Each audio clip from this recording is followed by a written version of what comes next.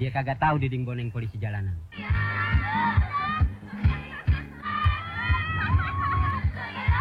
Kita uber yuk. Iya, Bos. Wah, gawat nih.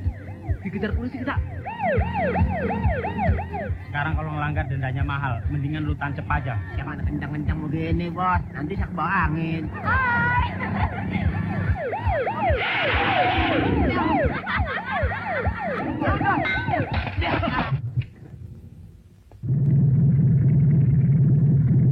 Sekarang bilang saja. Apa maumu? Jangan banyak bacot lu. Waktu gua terbatas. Dan berani bayar berapa sama gua? Batalin aja. Saya takut dibunuh. Nggak punya mobil, nggak apa-apa. Sabar bang, sabar. Coba batalin kontrak. Dia cuma bilang harganya jangan kemahalan. Sama yang di diskonnya apa enggak. Itu doang, panasan amat sih. Gimana ayahku? Pak polisi, gimana ibuku? Pak polisi, gimana ayahku? Pak polisi, Assalamualaikum warahmatullahi wabarakatuh. Halo Cing, apa kabar kamu di sana? Semoga semua pada sehat ya, lancar usahanya dan berkah. Amin. Salam hangat dari saya Lupus dan salam manis dari si Lulu. Berjumpa lagi nih Cing, kita bernostalgia lagi nih. Kali ini Lupus hadirkan alur cerita film dari sequel terakhir. Filmnya Warkop DKI yang berjudul Pencet Sana Pencet Sini. Film ini rilis di tahun 1995 dan ini merupakan film layar lebar terakhir dari Warkop DKI. Disutradarai oleh Arijal dan dibintangi oleh artis-artis beken di zamannya, yaitu antara lain Diding Boneng, Malpin Saina, Sali Marcelina, Tapana Dewi, Pak Tile, dan tentu saja Warkop DKI. Biji mana keasikan dan kekonyolan mereka di film ini? Yuk langsung aja kita ke alur ceritanya.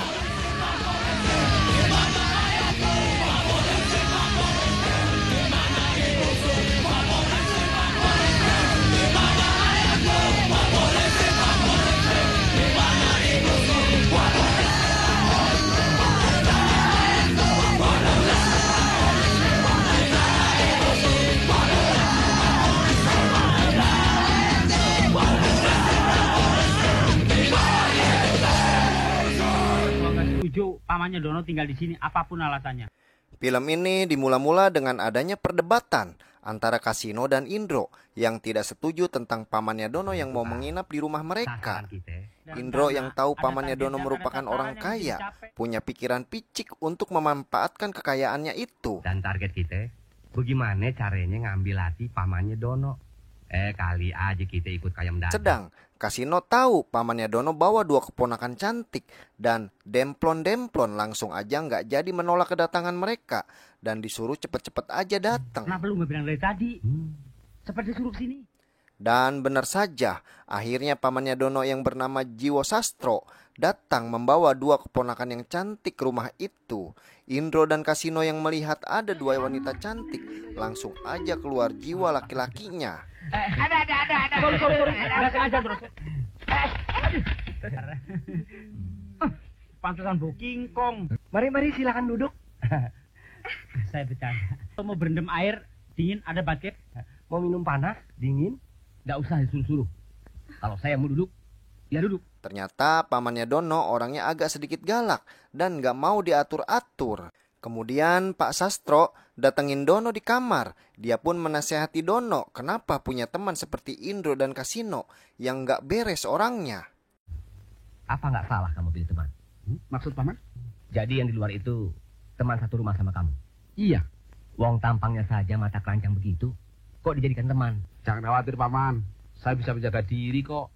Nanti kamu sendiri bisa ikut rusak dan jadi ikut mata keranjang. Di waktu bersamaan, Indro dan Kasino tengah asik mengeluarkan semua jurus dewa kegombalannya dan mengaku tidak mempunyai pacar.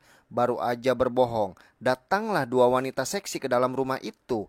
Ajak Kasino dan Indro jalan, tetapi mereka berlagak pura-pura nggak kenal. Jadi pernah nggak sih? Mentang-mentang ada cewek baru, kita dilupain deh. Gitu. Siapa yang mau berenang? Sembarangan aja. Tetangga sebelah suka cari perhatian. Dasar laki-laki. Yuk. Iya, biasa ABG. Bukan kelas kita. Indro yang sedang panas-panasnya ngegombal, tiba-tiba aja digait lehernya pakai tongkat Pak Sastro. Saya, apakah kau Di lain kesempatan, Indro dan Kasino mencoba doktrin Dono agar meminta mobil ke pamannya itu yang kaya. Sini, minta mobil. Kira-kira paman lu duit nggak sih? Terus ide kamu apakah? Itu tas yang dibawanya isinya duit. Dia jarang pakai kredit card. Dia selalu cash. Wah, kebeneran dong. Coba aja lu minta, kali aja dapat. Kalau nggak dapat, gua kasih lagi ide lain yang canggih punya. Dan akhirnya, Dono pun tergoda rayu Indro dan Kasino, yang dia pun di saat pamannya santap pagi, Dono memberanikan diri untuk meminta mobil ke pamannya itu. Apa yang terjadi? Ternyata permintaan Dono itu langsung dimentahkan oleh pamannya yang kaya. Dono malah kena marah dan kata-katanya Kasihan menyakitkan. Mak Dono kan? Jangan ikut campur. Iya, Paman. Beliin aja. Dono yang kecewa berat akhirnya mengadu ke Kasino dan Indro. Tidak menyerah begitu aja, Indro pun mempunyai siasat agar Dono berpura-pura diculik oleh penjahat. Dan kemudian si penjahat meminta uang tebusan ke pamannya Dono. Kalau diculik sama penjahat, terus minta uang tebusan sama paman Rencana lu. itu pun sudah diatur oleh Indro, karena dia mempunyai rekanan seorang penjahat yang bernama si Mata Udah 3 jam Satu. tuh penjahat belum datang juga. Bagaimana mau maju jadi penjahat? Dan orang yang ditunggu pun datang. Melihat si Mata Satu seram, Dono meminta dibatalin aja karena dia takut. Si Mata Satu penjahat yang bukan kaleng-kaleng. Dia tidak mau dipermainkan. Perjanjian awal antara Dono, Kasino dan Indro yang meminta uang tebusan 10 juta dan si Mata Satu 100.000 dimentahin oleh si Mata Satu. Dia pun akan meminta tebusan 30 juta rupiah untuk Dono 10 juta. Sisanya buat dia si Mata Satu. Enak saja. Pites lu, tebusan 30 juta. Kalian dapat 10. Mereka pun tak bisa berbuat macam-macam. Dono pun akhirnya dibawa oleh si Mata Satu ditemani pacar si Mata Satu yang sangat seksi. Saya duduk mana? Wah, enak banget si Dono. Ditahan ditungguin cewek cakep. Kamu salah naiknya. Oh iya ya, emang namanya usaha. Enak apaan? Kalau nggak ditebus, wah dibeset-beset badannya. Di malam hari, Pak Sastro mendapat telepon dari si Mata Satu yang telah menculik Dono. Dia pun meminta uang tebusan 50 juta rupiah. Si Mata Satu pun kasih waktu ke Pak Sastro 30 jam. Kepanikan melanda di rumah Dono. Indro dan Kasino yang bertugas untuk membujuk rayu pamannya Dono agar mau mengeluarkan uang tebusan untuk Dono. Tawar aja, Rupanya 30 juta. mendapat Mungkin jalan mau. terjal karena pamannya Dono malah sesumbar tak akan mengeluarkan uang walau 100.000 pun. Dia lebih memilih uangnya disumbang kepada anak yatim.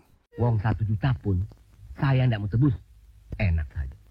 Kalau gini gimana nasib Dono, Ndro? Kan? Mendingan duitnya tak sumbangin fakir miskin toh. Gawat nih. Gak ada yang bisa nyelamatin Dono. Tetapi lain hal dengan Dono yang sangat menikmati penculikannya karena dia sehari-hari bisa bercanda gurau sampai bermesraan dengan pacarnya si Mata Satu. Menghadapi seorang Dewa Sastro, akhirnya si Mata Satu pun terus menurunkan uang tebusan yang berawal 50 juta, kemudian 40 juta sampai ke 15 juta. Ternyata tetap aja tak peduli dan menyuruh si Mata Satu untuk memelihara Dono aja. 15 juta, harga pas. Gimana? Sudah, kamu pelihara saja dia. Pokoknya saya tidak mau, titik.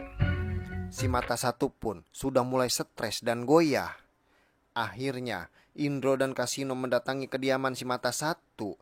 Mereka datang karena mendapat amanah dari Pak Sastro menyampaikan sepucuk surat yang isinya Pak Sastro akan memenuhi permintaan si Mata Satu, tetapi dia mau menyerahkan langsung uang tebusannya itu. Mana duit tebusan itu?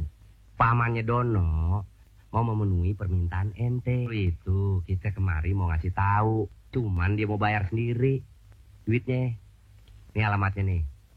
Waktu yang dijanjikan pun telah tiba. Si Mata Satu sudah menunggu di lokasi yang dijanjikan Pak Sastro.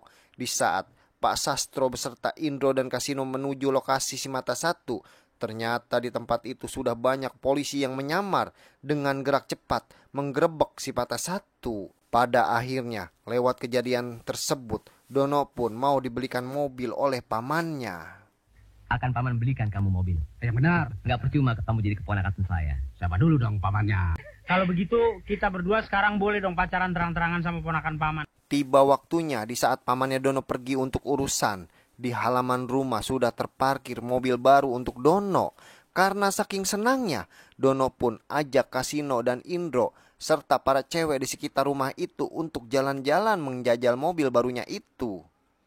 Mobil itu pun penuh sesak sampai kaki para cewek keluar dari jendela mobil. Di tengah jalan terdapat 2 orang polisi yang sedang atur lalu lintas. Mereka bernama Bang Boneng dan Pak Tile. Akhirnya mobil Dono pun dikejar oleh kedua polisi itu. Karena biaya tilang mahal, akhirnya mobil Dono malah menambah kecepatan mencoba kabur. Sekarang kalau ngelanggar dendanya mahal, mendingan lu tancep aja.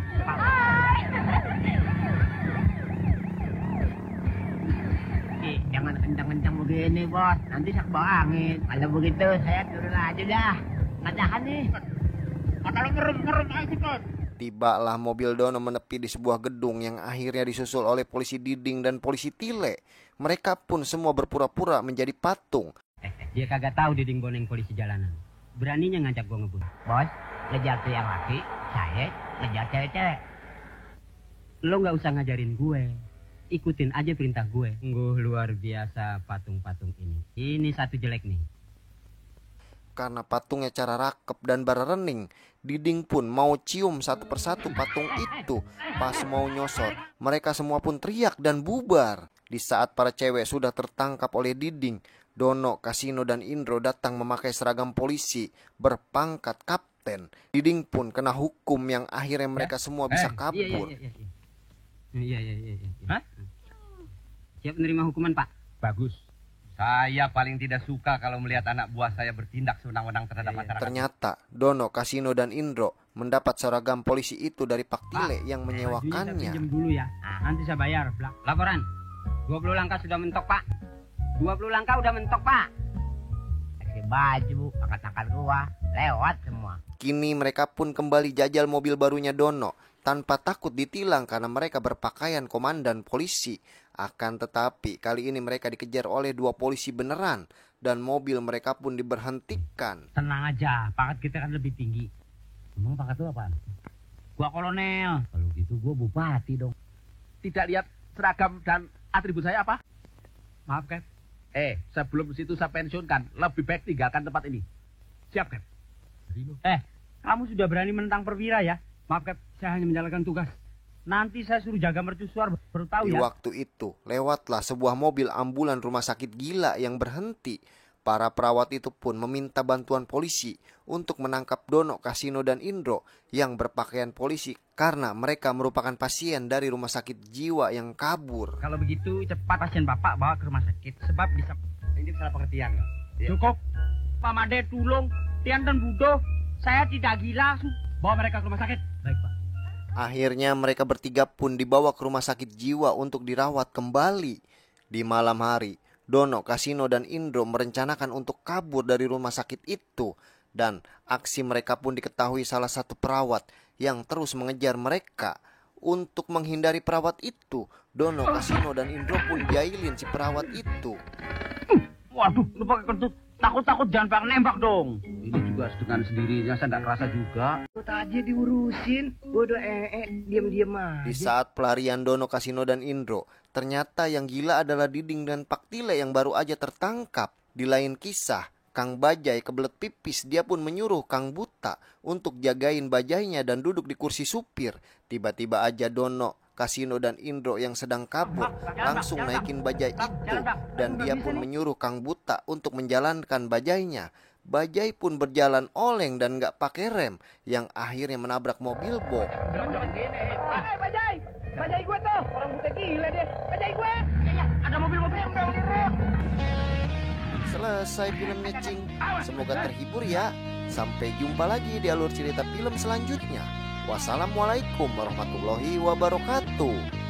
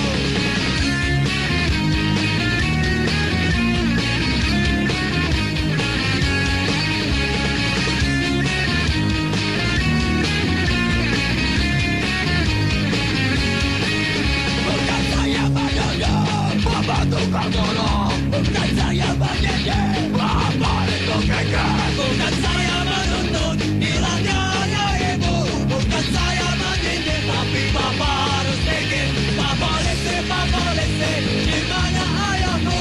Pak polisi, di mana ibuku? Pak polisi, di mana ayahku? Pak polisi, di mana ibuku?